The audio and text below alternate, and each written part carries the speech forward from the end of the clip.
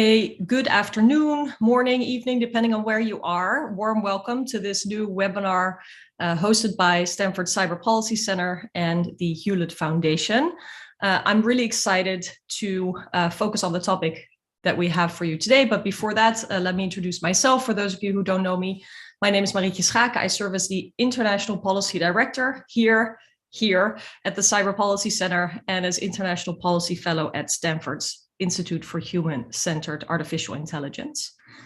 And when I served as a member of the European Parliament between 2009 and 2019, I actually led a task force that was digging into recommendations to governments and companies on responsible disclosure of software vulnerabilities. So in many ways, today's topic is very close to my heart. And I'm very excited to see the progress in the application of so-called bug bounties to incentivize solving societal problems much more broadly, which is what we're going to focus on today. There will be more technical explanation of what bug bounties are, but to give you a little bit of a sense, they are rewards in the form of recognition or exemption from liability or monetary rewards for security experts, normally who are finding flaws that were yet unknown in software in order to improve cybersecurity instead of having those flaws be abused by hackers or other intruders. Now, the question is, how can the lessons learned and the successful model of rewarding people with exceptional knowledge about software be used to reward for better design, coding, developing of hardware and software in other than security areas, for example, to solve societal challenges like bias or illegal discrimination. And we have an excellent panel for you today. We'll start hearing from Alex Rice, who is with HackerOne, a company that we were just chatting before the session started, was created in Groningen, the Netherlands. I'm Dutch, so I take a little bit of pride that this tech company started in the Netherlands, but also has offices in San Francisco. HackerOne hires hackers, security experts, to look for software vulnerabilities and then also acts as a broker vis-a-vis the companies that are impacted and that need to patch or solve these flaws for better security. Then we'll hear from Amit El-Azari Baron. She is Director of Global Cybersecurity Policy with software company Intel and also teaches at the University of California. And then last but not least, Camille François, who I really know as a visionary, not only in this field and as one of the authors of a paper on new ways in which bug bounties can be used for more than spotting security flaws that came out with the Algorithmic Justice League, and I would recommend you reading. But in many other areas like cyber peace, her thinking has really been very influential. In her day job that she has not had for that long, she works on trust and safety for Niantic, the gaming company. Now, each of our speakers will share their introductory remarks of about 5-7 minutes, and then Camille has kindly agreed to moderate the discussion, as well as your possible questions that you can put in the Q&A function, because I have to leave due to unexpected developments, but I will watch the session online later, and I encourage you to share it in your network as well. So without further ado, and thanks again, I'm going to hand it over to Alex for his remarks. Thanks so much.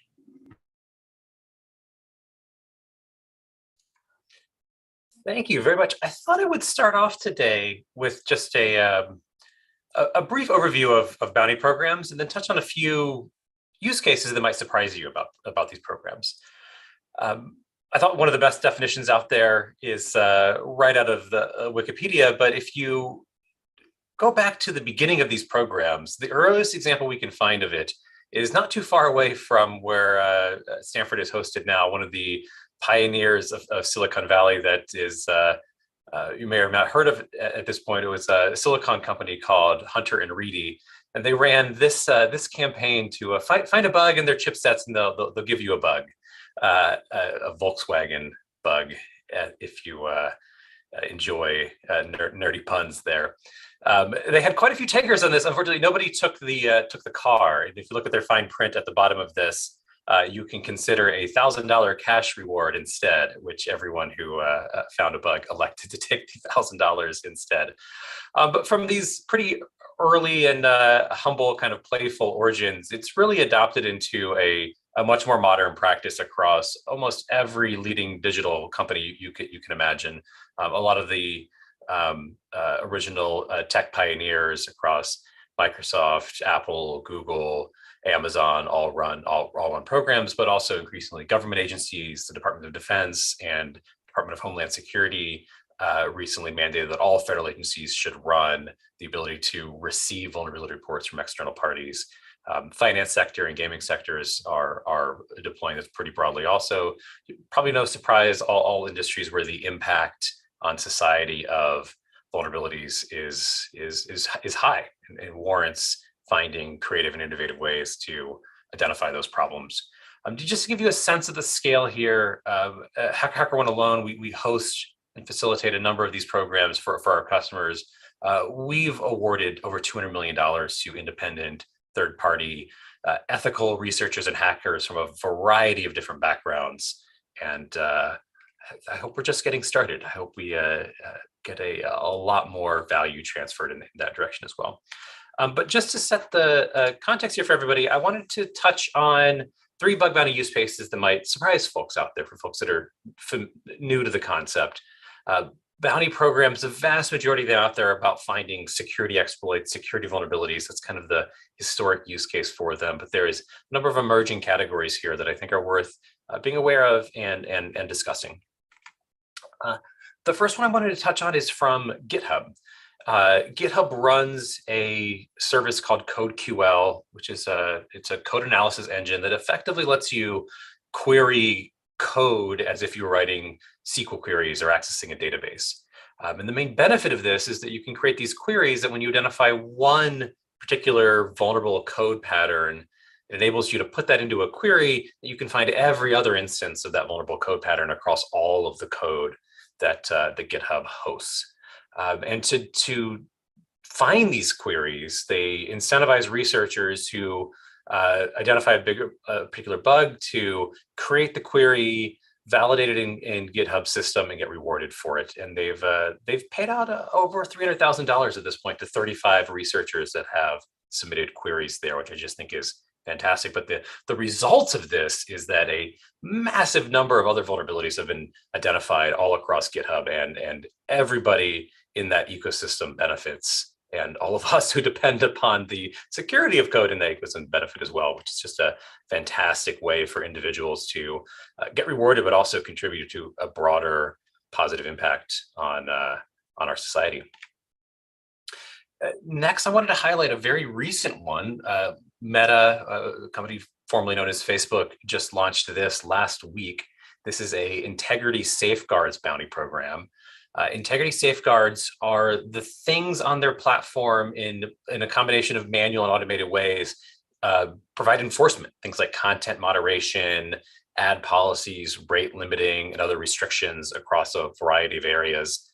The consequences of bypassing these include things like spam, fraud, violence, getting content out there that shouldn't be allowed otherwise. And they've got a long list of specific examples, but it's things like if you can demonstrate the ability to trigger an enforcement action against another user, for example, getting somebody else banned or penalized, generating ad revenue from fake impressions, or bypassing and triggering their app review process. These are all human systems. They're not necessarily technical security vulnerabilities in all situations. And I think this is a really interesting expansion of the concept that has hopefully positive impact on society.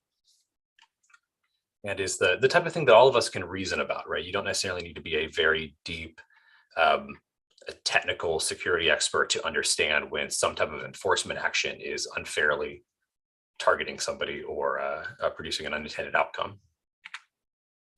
And the last example I wanted to touch on with everybody was with the Twitter algorithmic bias bug bounty. They launched this just about a year and a half ago, and they're kind of a public admission that bias in machine learning models is difficult to find, difficult to identify, and you often find out about it after it's already been released to the public. And This is a statement by Twitter that they want to change that behavior. The results of this challenge were really fascinating. Twitter publicly updated at the end of the result that it helped them uncover a wide range of issues in a short period of time coming from a diverse group of participants. And I think that really highlights the power of these programs. You get a lot of diverse feedback in a very, very compelling way. Just to give you a sense of what some of these researchers identified, this was a challenge in finding bias in Twitter's image cropping algorithms. So like what photo do they choose to pick from a set or draw your attention to? The first place submission demonstrated that their model tends to bias towards kind of stereotypical beauty standards. The second place submission demonstrated bias against age. And the third place submission demonstrated bias against English over Arabic scripts in a number of different contexts. And then Camille went much deeper on this in a wonderful research paper from the Algorithmic Justice League, Bug Bounties for Algorithmic Harms. I really encourage you to check this paper out after the fact if you haven't seen it already. It's really a fascinating exploration of how this model might help impact society going forward. So hopefully that gives everyone a little bit of a better sense of how bug bounties operate, what some of the goals are, and can set us up for a great discussion on these topics.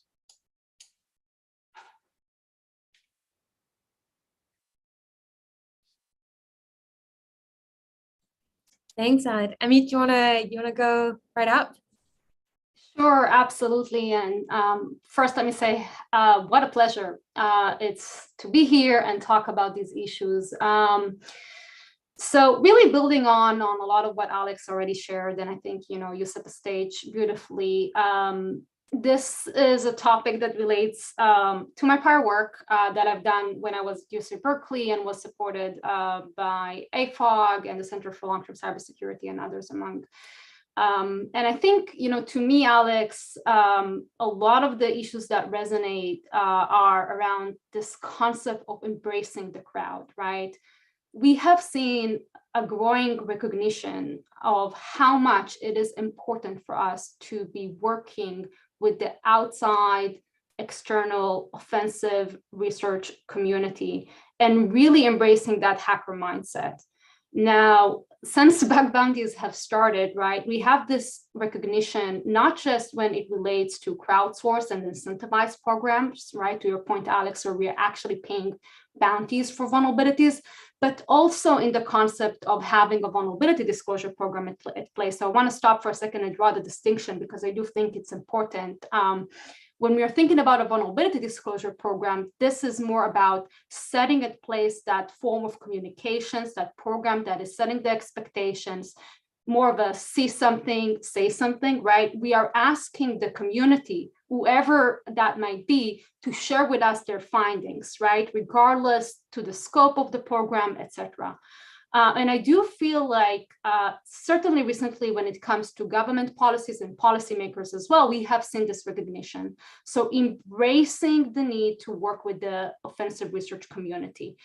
And this is coming from the recognition that the attack surface, right, is becoming very challenging, that attacks are kind of evolving, and we need all the help that we can get. We need to be collaborating with external voices, and these external voices are making us smarter and stronger.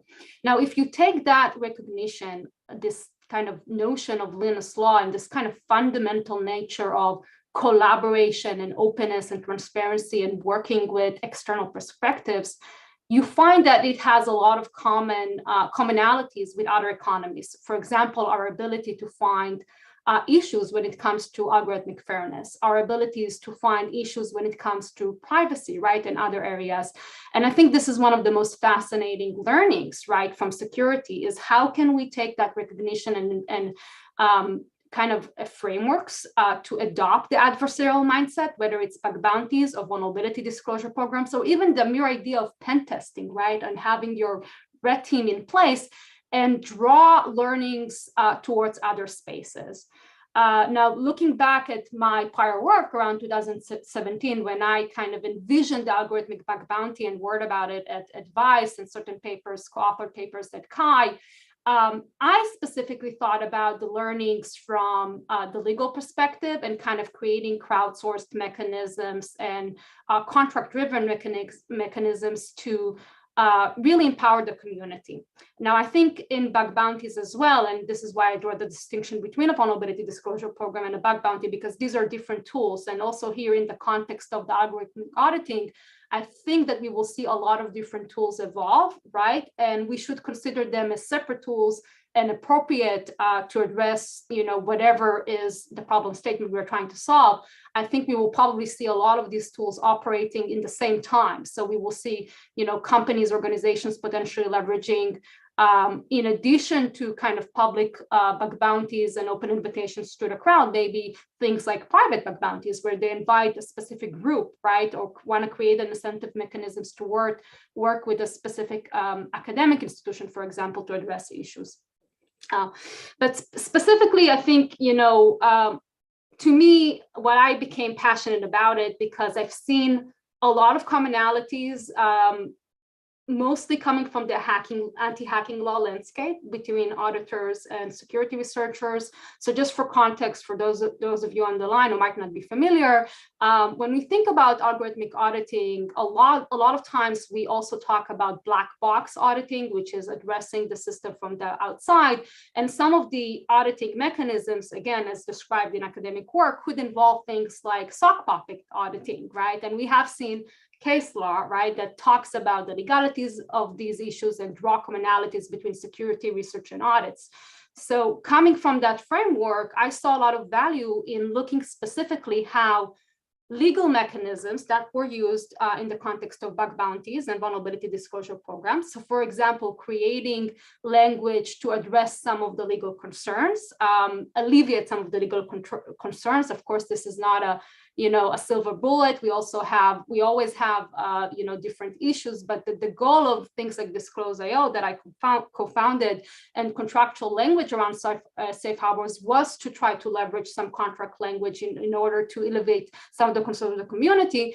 And I felt like some of the learnings, right, from the contractual framework, some of the learnings from how bug bounties are being used to leverage and create that vibrant community of researchers can be translated into auditing. I think this, what's important to recognize, and this is also articulated in my prior work, is that there are going to be a lot of learnings throughout this, journey.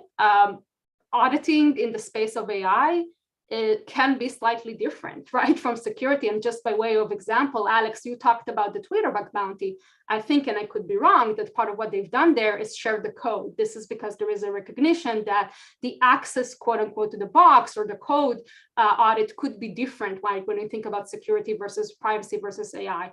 That is not to say that, there is nothing to be learned from security, but I do feel like it's important to draw the distinction and recognize that as we are thinking about these frameworks and we are thinking about the diversity of tools that we have in our toolbox, right, from private bug bounties to research collaborations to public bug bounties to time-bound bug bounties and vulnerability disclosure programs, and translate them to AI to kind of seize these opportunities. These are kind of the technical challenges and the best practices that as a community we will all evolve.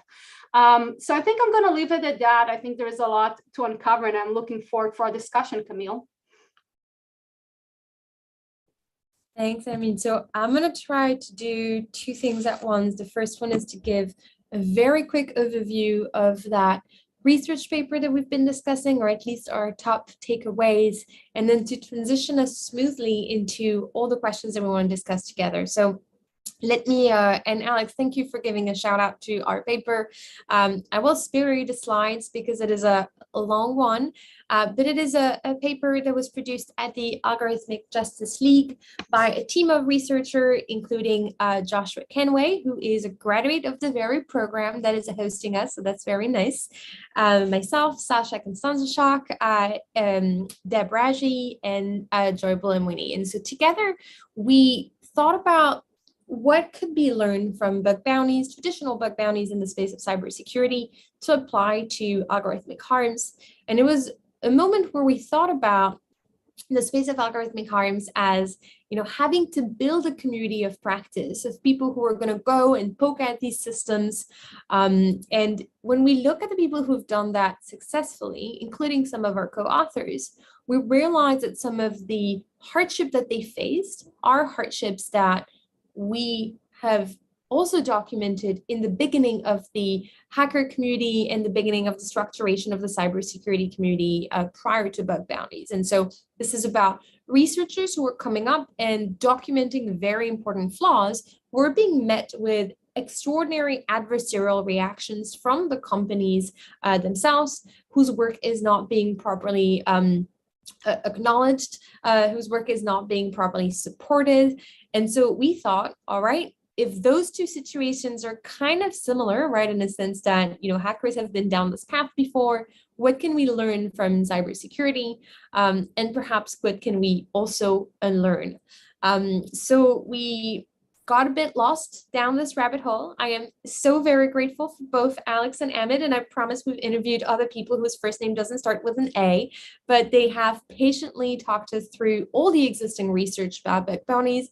The first thing that we realized is nobody really agreed on the scope of what counts and doesn't count as a bug bounty program. There's a lot of things that are at the margins, right? So, vulnerability disclosure programs are different, but share a lot of commonalities. Some of the pen testing programs kind of border on what bug bounty could look like.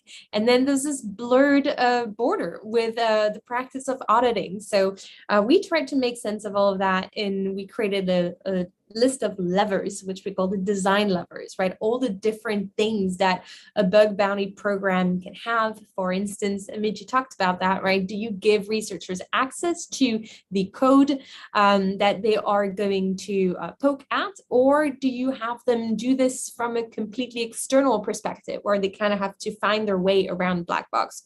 So we created those big levers, and the report has a few key takeaways, which I'll just list before exploring a little bit, exploring them a little bit more with you both. The first one is prepare to include socio-technical concerns, how we phrased it. And we kind of started this project thinking, well, maybe bug bounties haven't really landed in the land of socio-technical issues yet. And we were wrong. We were absolutely wrong. They had already ventured in that direction. And so, Alex, thanks to you, we found this really interesting example from bug bounties applied to rogue anti-cheat programs. It was really interesting. We also clearly noted that after Cambridge Analytica, we saw the social media giants come up with bug bounties to better protect data abuse, so privacy-focused bug bounties. And every time we stretch the bounds of traditional cybersecurity bounties into new socio-technical issues, for all the reasons that Amit pointed out, we need to kind of change the model, right? It doesn't just stretch. You have to adapt, you have to change, you have to think about new types of mechanisms. So our first takeaway is like, oh yeah, what we wanted to study is definitely already happening, and we think it's going to continue to happen more and more. And the example that Alex just shared with Meta taking one more step in this direction, I think is pointing us to the fact that, again, we can expect to see more of that. The second part, the second takeaway is look across the full life cycle. When you talk to cybersecurity professionals, the one thing that they will tell you over and over and over and over is that bug bounties are not a magic fix. And they're right. If you think that you can just throw a bug bounty at your problems, you're probably not going to solve them. And really here, a lot of core concepts from cybersecurity, including a secure product life cycle, really should be important in the way we think about how to apply these concepts into socio-technical issues. And so we have to think about how to audit the entire chain of how we produce algorithms. And I think in this takeaway, we also insisted on, when we think about what goes wrong with machine learning or with AI, we often tend to over-focus on training data, right? Like if this algorithm is producing bad outcomes, maybe it has bad training data. That is, of course, one of the ways in which things tend to go wrong, but it is not the only way. And similarly to how we think about cybersecurity, there's an entire life cycle on how those products are designed, deployed, maintained, used, and abused that needs to be audited if we want to do this meaningfully. Now, the third thing we said is to nurture the community of practice. We thought it was really interesting how those bug bounty programs and platforms are also a way to bring a community of people together. And that is something that we were really interested in from an algorithm auditing perspective.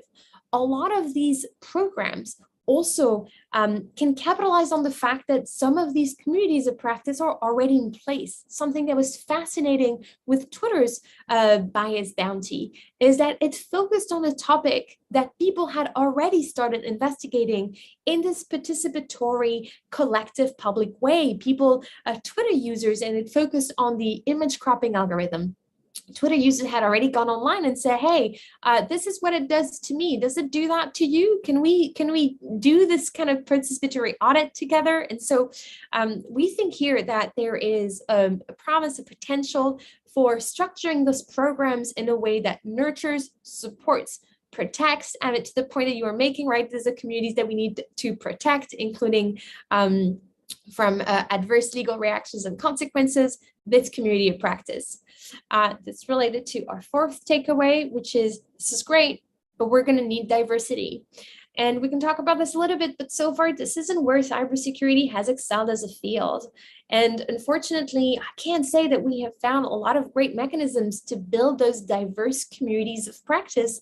And when we're going to stretch those bounds of traditional cybersecurity programs to more socio-technical issues, we're going to need to have a more diverse set of eyes, because a lot of what we're trying to figure out is, are people being impacted negatively in different communities? Are we designing, in a way that's maybe pale and male, and that's adversely impacting other communities? So we really here have maybe something that the nascent field of AI auditing can teach back to the field of cybersecurity. Maybe there's some co-learning that can be done, but there's definitely here, I think, for us, as we looked into those programs, a concern about how do we do this in a more diverse and inclusive way. And finally, we close with this idea that in order to foster and protect participatory and adversarial research, we really need to guarantee public disclosures when we think about these types of programs. And that led us to consider what happened to adversarial bounties. And we looked into the short, very colorful, I promise, history of bug bounties. And at the end of the day, the bug bounties that we have today, most of those major programs that are the most popular, they're one form of bug bounty, and there are many different types of bug bounties that could have existed, that have existed at different point of that history. One of them that's really interesting is this idea of an adversarial bounty. And here we simply mean that the organization that you're researching, so the target organization, is not the one that's hosting and paying the researchers. And so instead of saying, I am company X, if you find a flaw in my systems, I will pay you for this flaw. It could be, well, I am nonprofit Y, and if you find a flaw in system X, we will pay you to document and publish it. So it's a bit more complicated to organize, but we thought that this idea, which again has existed in cybersecurity, and we talked a little bit about what happened to those big adversarial programs, where are they now? We thought that it had a lot of merit, and maybe it warranted being explored again. So that is a set of perspectives from the three of us for how can we situate ourselves within this a colorful world of bug bounties programs. And I can now put back the moderator hat and maybe ask you both, what do you think is the most interesting development on how those bug bounty programs have evolved? Because here we have this very unique perspective from the two of you, because you've been looking at the space very closely for a long time. And I'd love to hear what stayed with you in terms of core evolutions. What do you think the field has learned?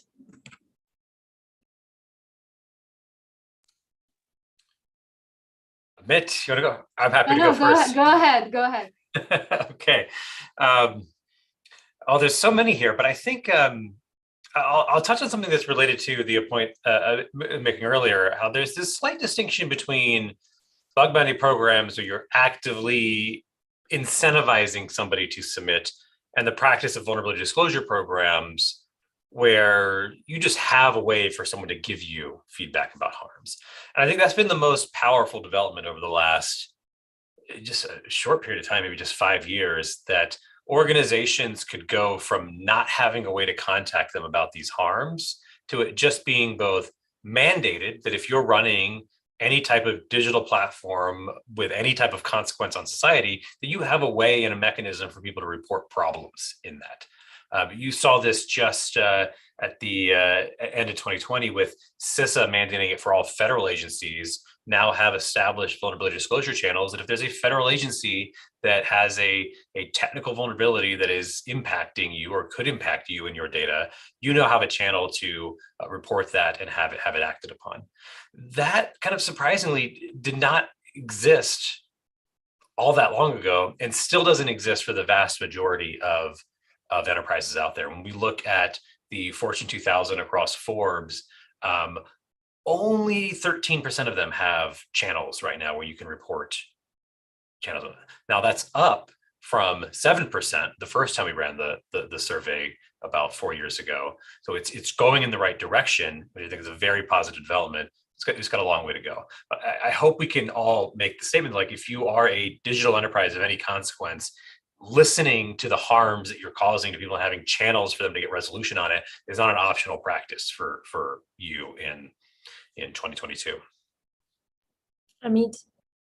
Yeah, I take what Alex says in a case that I will add, BOD 2001 is such an important document. One of the things that is less explored and known about it, that it also codifies or looks into the safe harbor implications and actually advanced, like they have a specific provision that looks at how agencies should also consider clarifying the legal implications. And this is, of course, building on the tremendous work by DoD, right, with Hack the Pentagon and other programs and the DOJ framework in this space. But I did want to call that out because you see how CISA leadership, earlier on and DoD leadership earlier on thinking about these issues has advanced our joint thinking. And in fact, I believe that is semi-codified in the incident reporting law that just passed, and there are portions of it in the FISMA proposal. So just wanted to put a plug there on how important that document is. But going back to Alex and what he shared, on how bug bounties contribute to the discussion on vulnerability disclosure programs. And today we are seeing a really tremendous recognition on the importance of vulnerability disclosure programs and mandates. So again, in IoT regulations, in federal procurement, in many spaces, and I think this is absolutely positive. To me, the learning is how bug bounties as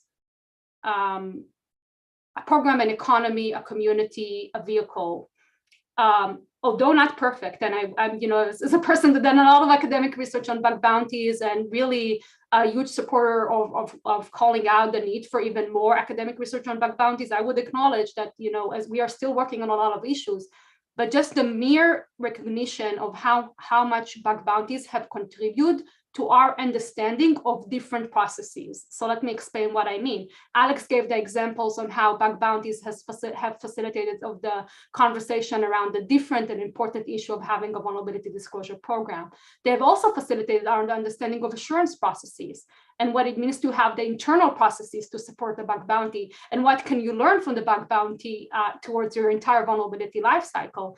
They've also facilitated our understanding of, the complexities of the community and how much it is important to be in an ongoing conversation and a transparent conversation with the community on where we can do better. One of the areas, for example, is the issue of trying to alleviate or address some of the legal complications, right? And the concerns with anti-hacking. Obviously, this is still an evolving landscape, but you think how much bug bounties have contributed to, moving forward the discussion, right? Having, things like Disclose.io that many have contributed or things that go along that line.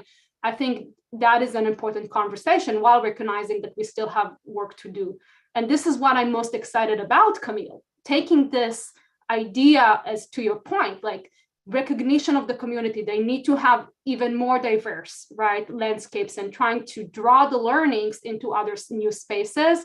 And absolutely, I think, as we are going to go about this journey, there are going to be there's going to be nuance. There are going to be things that are not appropriate, but we will open our mind as to which tools we can leverage from different toolboxes.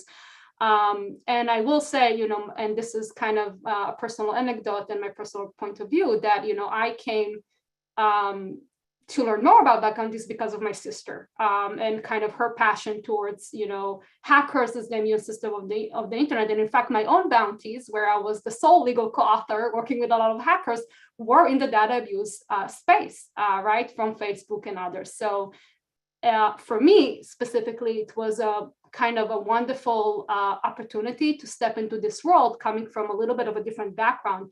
And I think that's maybe the other thing that I'm very passionate about, is just think about how many people around the world got to introduce to security, got to, for the first time, get paid legally for their skill set around the world. From so many populations we want to bring into the community. Now, absolutely, we have to work more on the diversity, right, of the perspectives we're bringing in. But that is a tremendous takeaway for me personally from the bug bounty kind of experience. Thank you, Amit, for sharing that story. I didn't know that, and I think it's a key question that we keep in mind as we think about, how do we stretch those bug bounties to existing issues? That also means, how do we recruit outside of the traditional communities, right? Like, how do we bring new communities? We talked about more diverse communities with different skill sets too into these bug bounty programs. I'm going to start taking some of the amazing questions that are coming in. Alex, I'm coming to you imminently with one of the tough questions. One of the things that we hear often is, how do we make sense of the fact that we continue to have very bad flaws being exposed? 0 days constantly coming seemingly out of the blue while we are multiplying bug bounty programs. And we have a question to that effect about, what are we learning from something like the NSO Pegasus revelation? How does it help us rethink what are either the limits of these programs or the ways in which it is missing at some other critical path of it? Alex, how do you make sense of that? And what are really the lessons of NSO's Pegasus when we think about the future of bug bounties on these types of issues? I really love the question about the Pegasus affair. And maybe just a background for folks that aren't familiar with Pegasus or NSO. Pegasus is a suite of spyware services that essentially it's hacking as a service. It's a company run out of Israel that for the longest time sold their services under the guise of it being limited to intelligence and law enforcement use cases, which there was always reason to be skeptical of that. So a number of independent research groups really went deep in assessing that claim. And what they found was a much more widespread adoption of these offensive hacking tools against activists, journalists, politicians, civilians. The report on Pegasus Lab from Citizen Lab, the report on Pegasus from Citizen Lab is fantastic reading if you're interested about these things. It's basically a paid service to hack any particular adversary you might care about, not limited to government use cases. It's just been I'll save my commentary on it for another time, but that's the background on the Pegasus. So the question is, how does that impact the overall hacking landscape and bug bounties in particular? It's one of these false sense of security traps that we all fall into, where we're using things on a daily basis. You don't see the bad consequences, and it's easy to not worry about what risks or vulnerabilities or biases exist in a particular system. We want software to be trustworthy. We want software to be reliable. Our digital lives depend on it in many extents, and it's easy to forget about it and not see how much it's there. But when you really look at how technology is getting created, the complexity at which we're creating new software, we're moving formerly analog human processes online, we're replacing it with technology that is so abstracted away that very few people understand. It should be no surprise to any of us that there are bugs and flaws and things that are unaccounted for in that process. And software engineering as a field has a long way to go to produce software that is truly trustworthy and foolproof. So we should expect this trend to continue for the foreseeable future.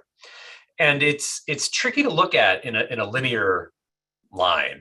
Like the difficulty of hacking any modern device today is order of magnitudes more complicated and more expensive and more time consuming than it was at any other point in history.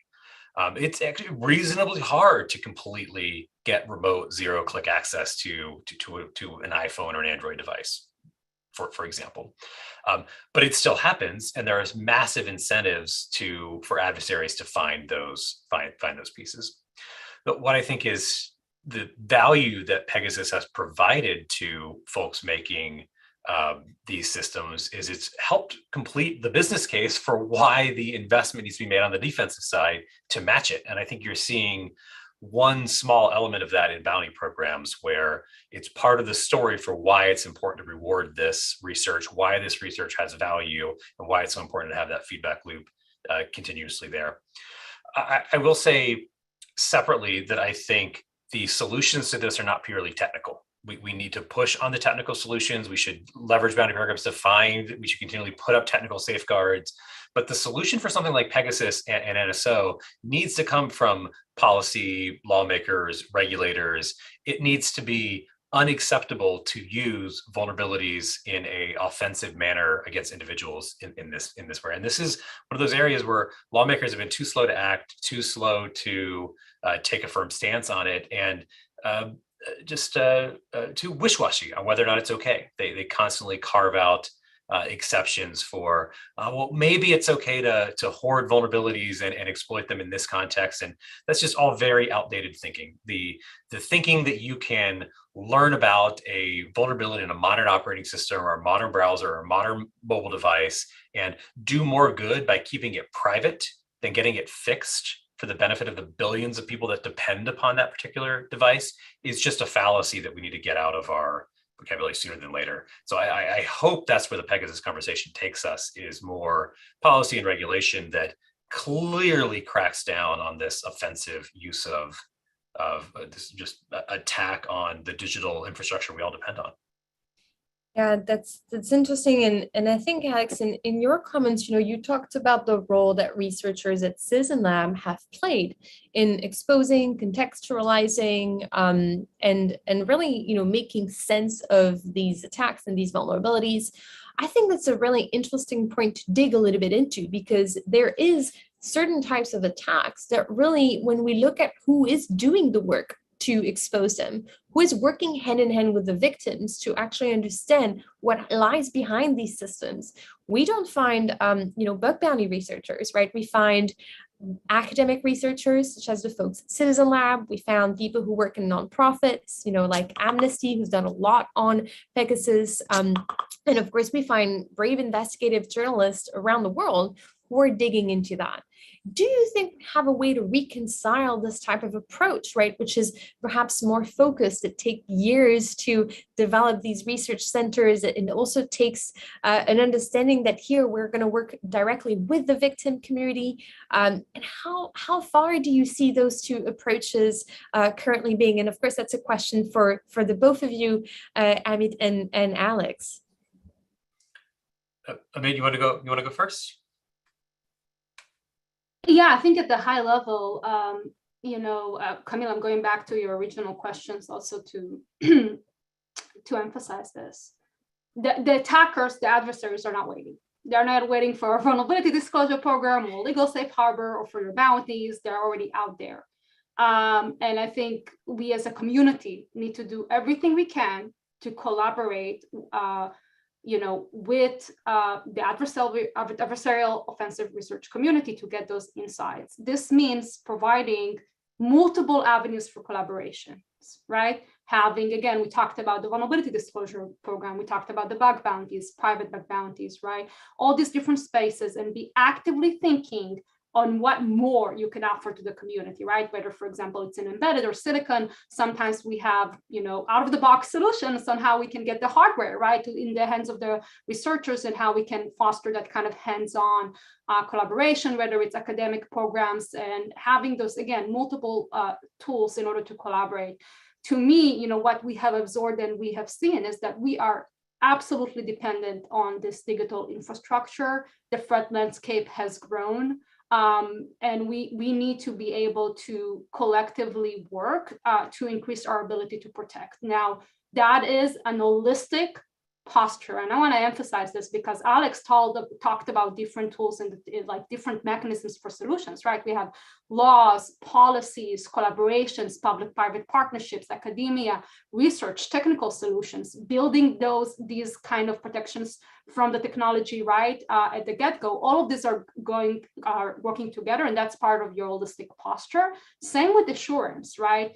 Again, we're thinking about, and I think you touched upon it, Camille, we're not thinking about the bug bounty and kind of having that external, having the external research community looking at your projects as a substitute, right, to your own governance mechanism, but rather the connections between them, right? How you bring them together to build a more holistic posture. And I think, that is really important as we are moving forward, because we will need to, again, consider all those different mechanisms together.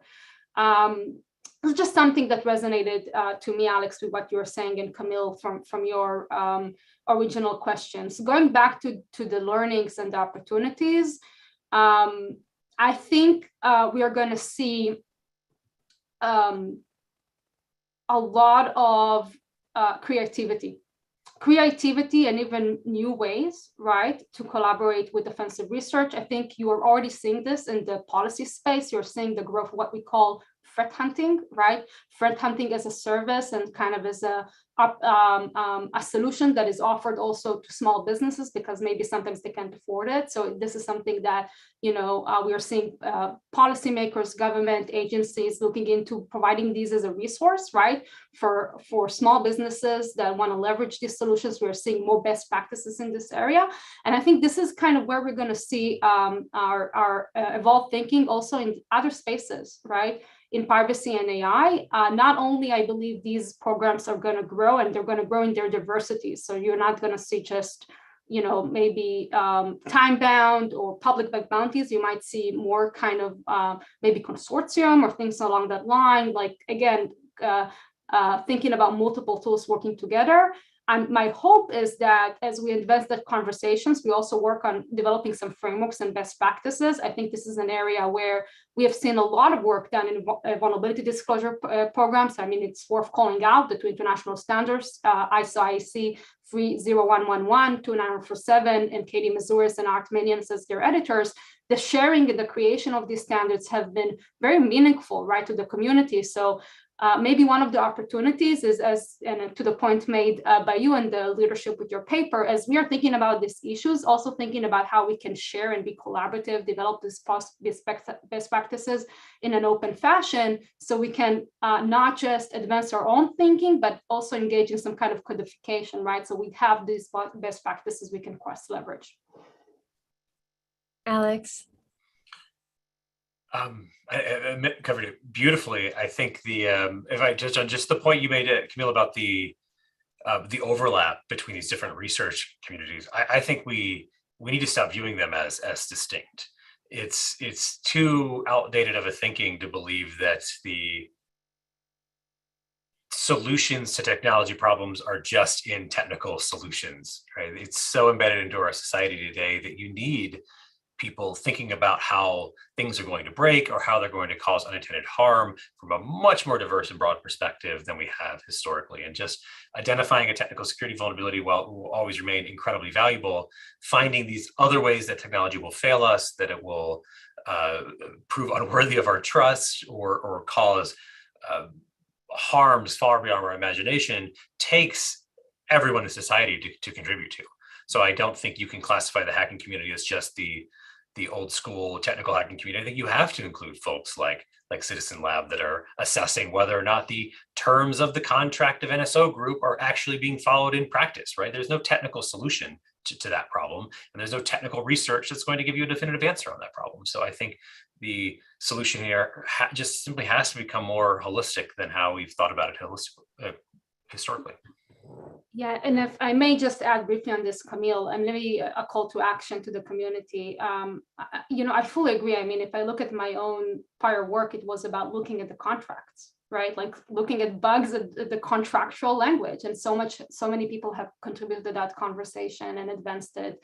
If I look at the original paper that I had, like I have only one paper, which is an actual algorithmic audit co-authored in Kai, I spoke about users as the first kind of best potentially, hackers that can report issues as they absorb them in the context of the algorithmic bug bounty. I think it is absolutely imperative that we would look at how to diversify and have really empower and cultivate that multidisciplinary approach to address technology across all spaces, right? From security to AI to data to privacy. And this is a space where, obviously companies, Intel included, have looked into in terms of advancing academic research for a very long time, but from an economics perspective, it is very important to look at how we can cultivate empirical research in this space. Even in the area of bug bounties, I think there is room for more empirical research. And one of the issues is samples and data sets and how we can get kind of access to kind of understanding the community at large. And this is maybe a call to action to the community, because I do feel like, we'll see my personal perspective, sometimes getting the sample to do that academic research could be difficult. So maybe this is something that collectively we can start thinking about advancing, and the supports of the platforms that everyone can be very much appreciated here. I mean, you're talking about a trend that I think at the Algorithmic Justice League we thought quite a bit about, because we saw it in practice in the movement to consider the harms of remote proctoring software, which is something that really happened while we were, working on this paper. And it was interesting because, of course, during the pandemic, a few schools, universities have rolled out remote proctoring software. A lot of these software relied on face recognition technology. We know face recognition technology tends to be very broken and harmful in the way it doesn't perform equally across different skin tones, across different genders.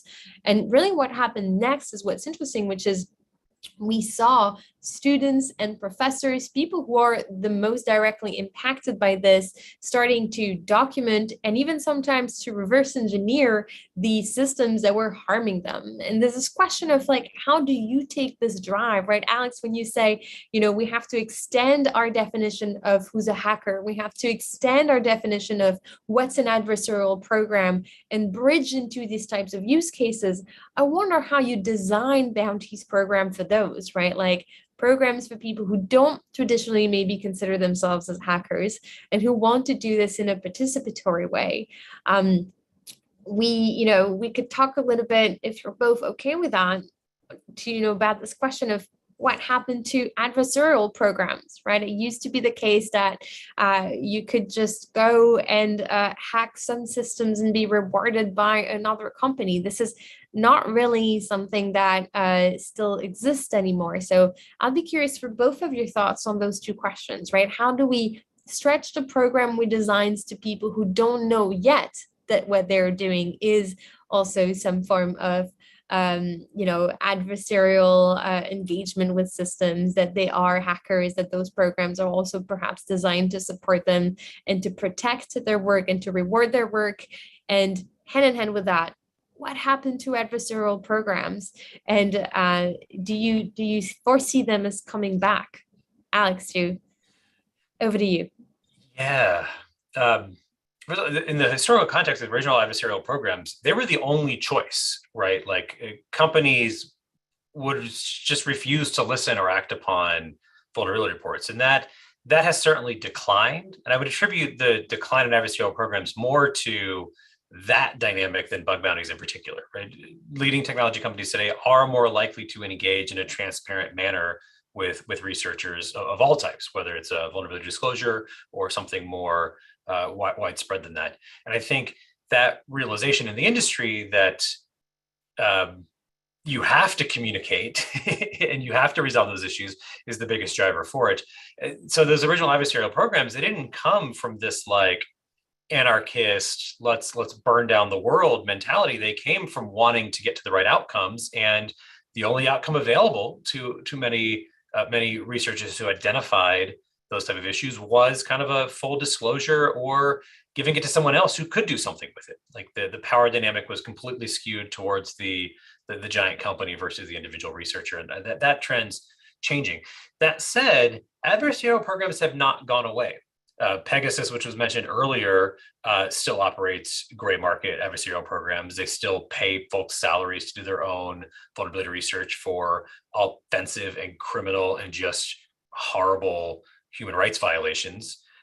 There's still Zerodium, a popular gray market vendor that operates legally out of France that will buy vulnerabilities and sell them to undisclosed parties for undisclosed use cases. And I think the existence of those is something that we know vulnerabilities aren't going to go away, but I think the existence of those adversarial markets when the first party vendor is behaving in a responsible way, we need governments to intervene there and outline that is akin to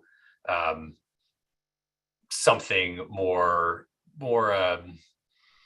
going to be careful in my words here because it's easy to draw analogies to too many other areas that are imperfect analogies. But the reality is vulnerabilities have wide-ranging consequences to humans that can't possibly be predicted by any one individual or any one party. And when things like that exist in society, it is the role of governments to regulate who can and should be in possession of those things that can cause harm to other individuals. Beyond the reach of market solutions. Exactly. I mean, I think this is also a conclusion that a lot of your research has reached, and that means you get to have our final closing word on this panel, giving everybody some advice and thoughts about where that space is going next and how we will successfully extend some of the good things we've learned in operating bug bounties to solve new, increasingly socio-technical types of issues. That is directed to me, right? I think throughout this discussion, to me, there are a couple of things that really resonated. First of all, a breadth of mechanisms and solutions. Some of our challenges are not going to be addressed by technical solutions or market solutions. They're going to be addressed by policies, right? And again, we always look at our challenges as something that we have multiple mechanisms to address in different levels and assessing, the advantages and disadvantages of these solutions coming together. Similar, right? We're going to have bug bounties not as an alternative, as something that is complementary and makes you stronger, but we're also going to have various mechanisms for crowdsource testing. And I think this is a very important recognition as we move forward. So this is about an holistic posture and having kind of a variety of mechanisms that together we can advance. The second one is collaboration. We talked so much about the collaboration with the research community. One of the things that I'm so passionate about is this recognition by policymakers and how much, we are seeing this focus on the importance of working with the offensive research community within policymakers. And I think that is tremendous. Collaboration with the community and doing what we can to learn, to listen, to find out, what are going to be the next challenges. We still don't have the solutions, not for the bug bounty, for all the challenges we're going to absorb in bug bounties and security. Definitely not in this emerging and very important area space of AI, right? So it's going to be a lot about learning, sitting down with the community, listening from others, and try to diversify this community. So we are truly, looking into increasing multidisciplinary and interdisciplinary approaches to technology. So this is about, learnings, opportunities, listening, and adjusting, right, as we develop. And maybe the third element is about sharing. I think, I talked a little bit about the importance of working with academia and working to develop best practices. I think it is important that we look at this as the community and we do it in an open, transparent, we do framework developments together and we advance the conversation. And this is why I actually want to stop for a second and thank you for all the leadership and the work that you have done in this space with the paper and your collaboration to advance this conversation as we are moving forward. Thank you, everybody. Thank you for those kind and generous and thoughtful concluding remarks. I will take one last live question. A lot of people have asked, what are the key levers to make sure that companies do something about the stuff that's being reported to them? This is a very complicated and fascinating question, and I will take the easy way out, which is one of the levers is definitely our ability to make sure that researchers can otherwise publicly share what they have found. That definitely helps change the incentives. That's why we talk about the importance of public disclosure when we think about some of these programs and their ability to act like an accountability mechanism. There is so much more we could say about bug bounties, and I am so grateful for this conversation, Alex and Amit, with you both. I've already borrowed so much of your time probing for your thoughts on all of this. So I know I could do this for 3 days, but that is not the deal that we have. And this is tonight or today, this morning, depending on where you are in the world and where you're joining us from, the end of this conversation. I hope that people will engage with both of your work, learn from both of your writings and leadership on developing and adapting bug bounty programs to new and always fun types of issues. And I'm looking forward to Alex, new programs that are going to come on your platform, ever stretching the bounds of what we consider to be a bug bounty, and I mean more of your intellectual leadership in all of these areas. Thank you, everybody, for joining us today. Thank you all. It's a lot of fun.